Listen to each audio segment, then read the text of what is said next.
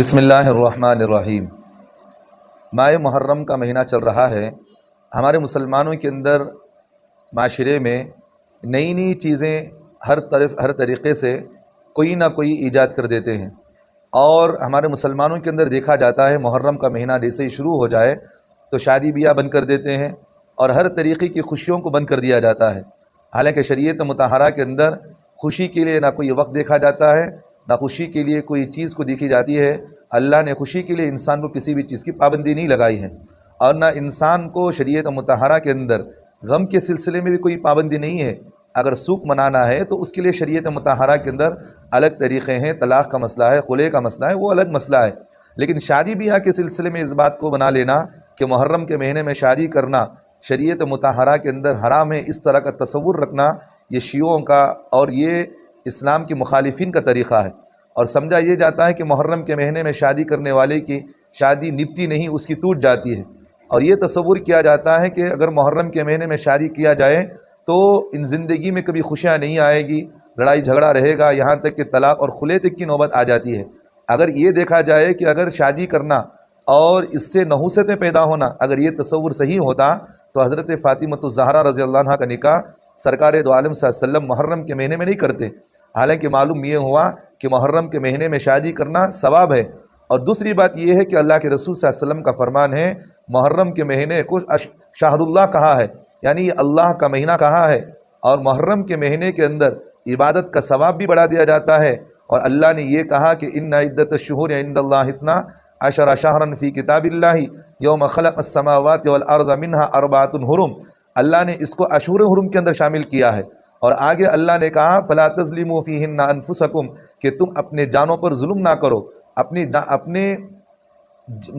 جسم پر ظلم نہ کرو، اور اس طرح شادی بیاہ نہ کرنا یہ اپنے دین میں کمی پیشی کرنے کے مترادف ہے۔ لہٰذا محرم کے مہینے میں شادی کرنا باعث برکت ہے اور باعث ثواب ہے، اور اللہ کے رسول صلی اللہ علیہ وسلم کا فرمان ہے، حدیث کے اندر ہے کہ جب میری امت کے اندر میری سنتوں کو توڑا جا رہا ہو اس وقت ایک سنت کو زندہ کرنا 100 شہیدوں کا ثواب ہے۔ لہٰذا محرم کے مہینے میں شادی کرنا یہ بھی اللہ کے رسول صلی اللہ علیہ وسلم کی سنت کے مطابق حضرت فاطمہ کے ساتھ کیے ہیں تو یہ بھی سنت ہے، اور ایک سنت کو زندہ کرنا 100 شہیدوں کا ثواب کے برابر ہے۔ اور اس لیے محرم کے مہینے میں شادی بیاہ کو منحوس سمجھنا اور اس میں غلط تصور کرنا یہ شریعت کے مخالف کام ہے۔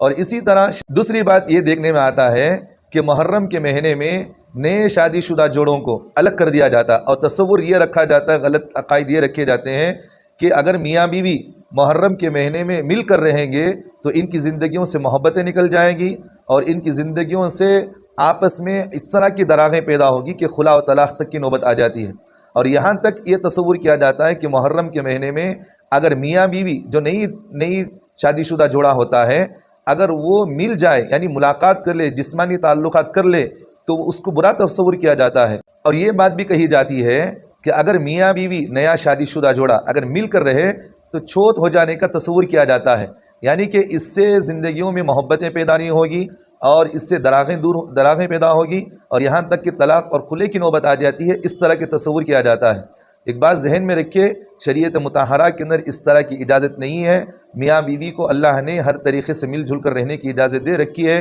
اور ان کو الگ کرنا یہ کرنے والے بھی گنہگار ہیں، اور اس طرح کا تصور رکھنا کہ بھی اس طرح سے مل جل کر رہیں گے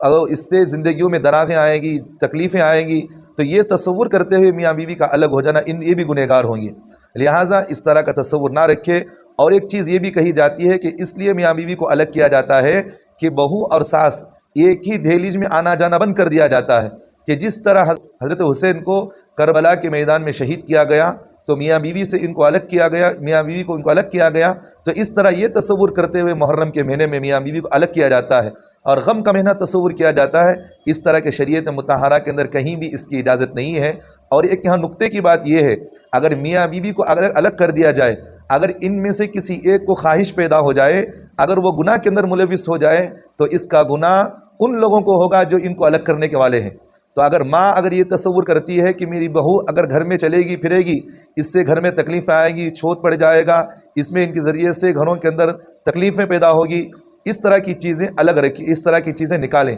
اور ایک چیز یہاں یہ بھی کہی جاتی ہے کہ اگر میاں بیوی ملے، جسمانی تعلق کرے، تو ان کی اولاد ہونے والی پاک دامن نہیں رہے گی بلکہ ان کی اولاد نافرمان ہوگی۔ اور یہاں تک کہ شیعہ کی کتاب کے اندر یہ بات بھی لکھی ہوئی ہے کہ اگر محرم کے مہینے میں اگر میاں بیوی بچہ پیدا کر لے، مل جائے، اس سے حمل ٹھہر جائے تو ہونے والی نسل کو حرام سمجھتے ہیں۔ اس طرح کے ان کی غلط تصورات ہمارے اہل سنت والجماعت احناف دیوبند کے اندر بھی، جو اہل سنت والجماعت سے تعلق رکھنے والے ہیں، ان کے اندر بھی اس طرح کی چیزیں پیدا ہو گئی ہیں، حالانکہ شریعت سے یہ